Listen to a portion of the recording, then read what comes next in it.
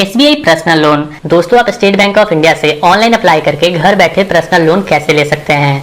SBI से personal loan लेने के लिए आपको किन किन डॉक्यूमेंट्स की जरूरत होती है और किन किन टर्म्स एंड कंडीशंस को फॉलो करके आप एसबीआई से पर्सनल लोन लेने के लिए एलिजिबल हो सकते हैं।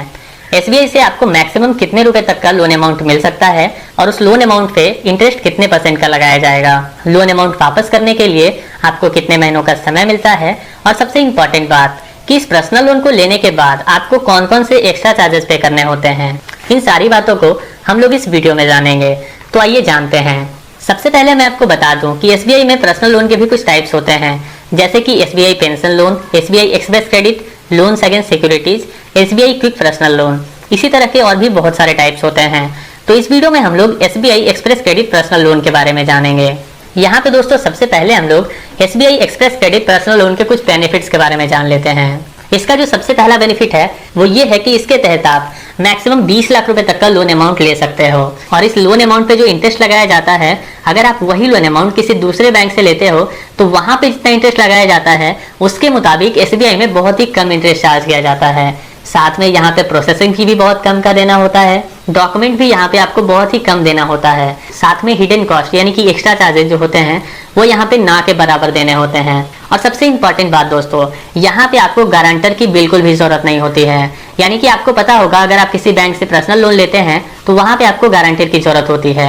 यानी कि आपको वहां पे अपनी कोई महंगी चीज का कागज देना होता है, जैसे कि जमीन, घर, इन सब का कुछ कागज देना होता है, उसके बेसिस पे आपको लोन मिलता है। अन्यथा वहां पे कोई व्यक्ति को गारंटर बनाना होता है ताकि अगर आप वहां पे लोन नहीं चुका पाए तो बैंक आपके उस प्रोडक्ट को सेल करके अपना लोन चुकता कर ले। अन्यथा वो जो व्यक्ति गारंटर बने हैं उन्हें वहां पे लोन अमाउंट पे करना होगा। तो यहाँ पे गारंटर की भी जरूरत नहीं होती है। तो ये कुछ बेनिफिट्स हैं दोस्तों। अब बात आती है कि इस एसबीआई एक्सप्रेस क्रेडिट के तहत किन किन लोगों को लोन मिल सकता है, इसकी एलिजिबिलिटी क्या है। सबसे पहले दोस्तों यहाँ पे जो भी व्यक्ति इसके तहत लोन लेना चाहते हैं उनका मिनिमम एज 18 ईयर्स का होना चाहिए और साथ में यहाँ पे आप पर्सनल लोन ले रहे हैं तो आपका सिविल स्कोर भी अच्छा होना चाहिए। अगर आपका सिविल स्कोर में कोई भी प्रॉब्लम है तो आप पहले उसे सॉल्व कर लीजिए, अगर खराब है तो आप उसे इंप्रूव कर लीजिए, उसके बाद आप लोन के लिए अप्लाई कीजिए। क्योंकि अगर आपका सिविल स्कोर खराब है तो यहाँ पे कंफर्म है कि आपको लोन अमाउंट नहीं मिलेगा। तो अगर आपको सिविल स्कोर के बारे में ज्यादा नहीं पता है तो मैं आपको सिविल स्कोर का एक डेडिकेटेड वीडियो का लिंक इस वीडियो के डिस्क्रिप्शन में और ऊपर आई बटन पे दे दूंगा। वहां से जाकर के आप सिविल स्कोर के बारे में सारी चीजें जान सकते हैं और अगर आपका सिविल स्कोर खराब है तो आप उसे इंप्रूव कर सकते हैं। तो यहाँ पे सिविल स्कोर आपको देख लेना है। उसके बाद दोस्तों यहाँ पे जो एसबीआई एक्सप्रेस क्रेडिट लोन का बैनर दिया हुआ है इसके वेबसाइट पे, उसके ऊपर में ही लिखा हुआ है loan to salaried employ having salary account with SBI. यानी कि ये लोन सिर्फ वैसे व्यक्ति को मिलेगा जो जॉब करते हो और साथ में उनका जो सैलरी अकाउंट है वो एसबीआई में होना चाहिए, तभी आपको लोन मिल सकता है। जिनका सैलरी अकाउंट एसबीआई में नहीं है या फिर जो जॉब नहीं करते हैं उनको लोन कैसे मिलेगा ये मैं वीडियो में आगे बताऊंगा। तो यहाँ पे दोस्तों ये कंडीशन है। दूसरा कंडीशन ये है कि जो जॉब करते हैं उनका इनकम मिनिमम यानी कि कम से कम 15,000 रुपए तक होना चाहिए या फिर उससे ज्यादा होना चाहिए, तभी उन्हें ये एसबीआई एक्सप्रेस क्रेडिट लोन मिल सकता है। साथ में दोस्तों यहाँ पे EMI बाई NMI रेशियो 50% से कम होना चाहिए। यानी कि इसका मतलब ये है कि जैसे कि अगर आपका इनकम 50,000 का है तो आप अगर पहले से कोई लोन लिए हुए हैं या फिर कोई प्रोडक्ट EMI पे लिए हुए हैं तो वो टोटल EMI अमाउंट जोड़ करके 25,000 रुपए से कम होना चाहिए। यानी कि 50% से कम होने चाहिए, तभी यहाँ पे आपको SBI express credit personal loan के तहत लोन मिल पाएगा। तो ये कुछ कंडीशंस हैं दोस्तों। अब बात आती है डॉक्यूमेंट की।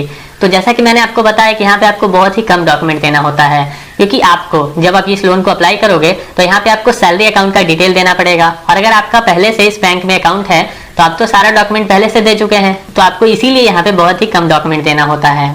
तो अब बात आती है कि यहाँ पे आप इस SBI express credit personal loan के तहत मैक्सिमम और मिनिमम कितने अमाउंट तक का लोन ले सकते हैं। यहाँ पे दोस्तों पर्सनल लोन भी दो टाइप के होते हैं। पहला होता है टर्म लोन और दूसरा होता है ओवरड्राफ्ट लोन। तो अगर आप टर्म लोन लेते हैं तो आपको यहाँ पे मिनिमम 25,000 का लोन लेना पड़ेगा। वहीं अगर आप मैक्सिमम लोन अमाउंट जानना चाहते हैं तो वो होता है 20 लाख का, यानी कि 20 लाख रुपए तक का लोन आप इसके तहत ले सकते हैं। साथ में दोस्तों अगर बात करें ओवरड्राफ्ट लोन की, तो ये ओवरड्राफ्ट लोन क्या होता है। ओवरड्राफ्ट लोन में क्या होता है दोस्तों कि जैसे कि आप लोन लिए 5 लाख रुपए का और बीच में कहीं से आपके पास पैसे आए, एक्स्ट्रा पैसे हैं जो कि आपके पास रखे हुए हैं, तो आप उस पैसे को अगर बैंक में जमा करवा देते हो तो वहां पे जो ब्याज लगना था वो टोटल अमाउंट पे नहीं, जितना आप जमा करवाए हो उसके बाद जो बाकी बचता है लोन अमाउंट उस पे लगेगा। यानी कि आपको ब्याज कम देना पड़ता है। तो अगर आपको ओवरड्राफ्ट लोन अमाउंट की फैसिलिटी मिलती है तो वैसे कंडीशन में आपको मिनिमम 5 लाख रुपए तक का लोन लेना होगा और मैक्सिमम 20 लाख रुपए इसमें भी होता है। यहाँ पे दोस्तों आपका जो मंथली इनकम होता है उसका 24 गुना तक का ही लोन ज्यादातर लोगों को मिल पाता है। बहुत कम लोग इससे ज्यादा लोन ले पाते हैं।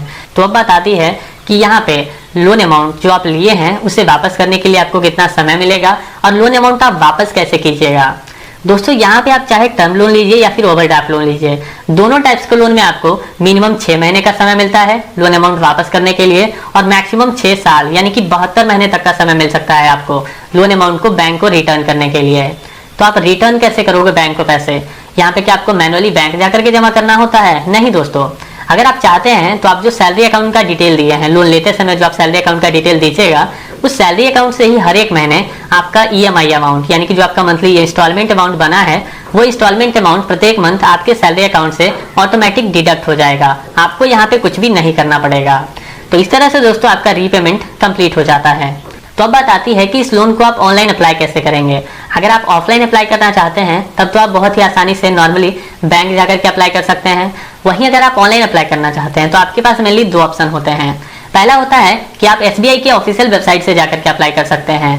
तो वहां पे दोस्तों जिस वेब पेज से इस लोन को डायरेक्टली अप्लाई किया जाता है उस वेब पेज का डायरेक्ट लिंक आपको इस वीडियो के डिस्क्रिप्शन में मिल जाएगा, जिस पे कि क्लिक करके आप डायरेक्ट उस वेब पेज पे चले जाइए और वहां पे आपको कुछ सिंपल स्टेप्स पूरे करने होते हैं। आपको कुछ अकाउंट नंबर, नेम वगैरह यानी कि कुछ पर्सनल डिटेल फिल करना होता है और आपका लोन अप्लाई हो जाता है।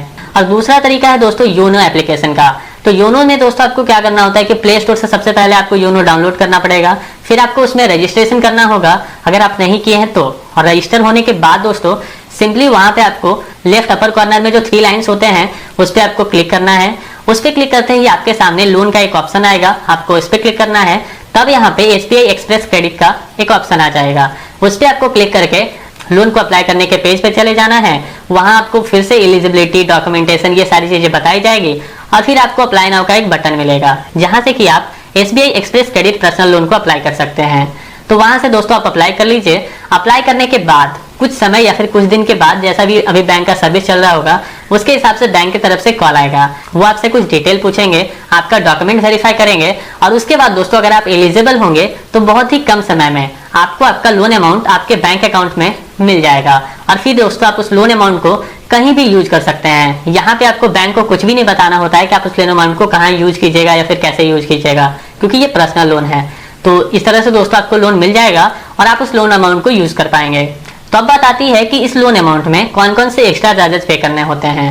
दोस्तों एक्स्ट्रा चार्जेस हमने वीडियो में नहीं बताया है। एक्स्ट्रा चार्जेस आपको इस वीडियो का जो कमेंट सेक्शन है उसमें टॉप कमेंट में आपको एक्स्ट्रा चार्जेस का पूरा लिस्ट दिया हुआ है, वहां से जाकर के आप जान सकते हैं कि इस पर्सनल लोन में आपको कौन कौन से एक्स्ट्रा चार्जेस पे करने होते हैं। तो अब बात आती है कि जिनका सैलरी अकाउंट SBI के साथ मेंटेन नहीं होता है वो यहाँ से पर्सनल लोन कैसे ले सकते हैं। दोस्तों जब मैं लोन टाइप्स के बारे में बता रहा था तो वहां पे एक SBI क्विक पर्सनल लोन का भी ऑप्शन था। तो ये जो SBI क्विक पर्सनल लोन है दोस्तों ये सिर्फ वैसे लोगों को ही दिया जाता है जिनका सैलरी अकाउंट SBI के साथ मेंटेन नहीं किया जा रहा हो, किसी दूसरे बैंक में हो। तो अगर आप चाहते हैं कि मैं इस पे वीडियो बनाऊं, इसके अलावा अगर आप किसी दूसरे लोन टाइप पे यानी कि वैसे लोग जो सेल्फ एम्प्लॉयड हैं या फिर वैसे लोग जो कुछ नहीं करते हैं उनको कैसे लोन मिलेगा, कितना इंटरेस्ट लगेगा, इस तरह का वीडियो चाहते हैं तो आप इस वीडियो के कमेंट बॉक्स में कमेंट कीजिए। जिस टाइप के कमेंट ज्यादा आएंगे उस टाइप के वीडियो बना करके मैं अपने चैनल पे जल्द अपलोड करूंगा। तो दोस्तों अगर आपको ये वीडियो अच्छा लगा हो तो आप इस वीडियो को लाइक कर सकते हैं। अगर आपको इस वीडियो में कुछ भी खराब लगा हो तो आप इसी वीडियो के कमेंट बॉक्स में कमेंट कीजिए ताकि हम अपने आने वाले वीडियोस में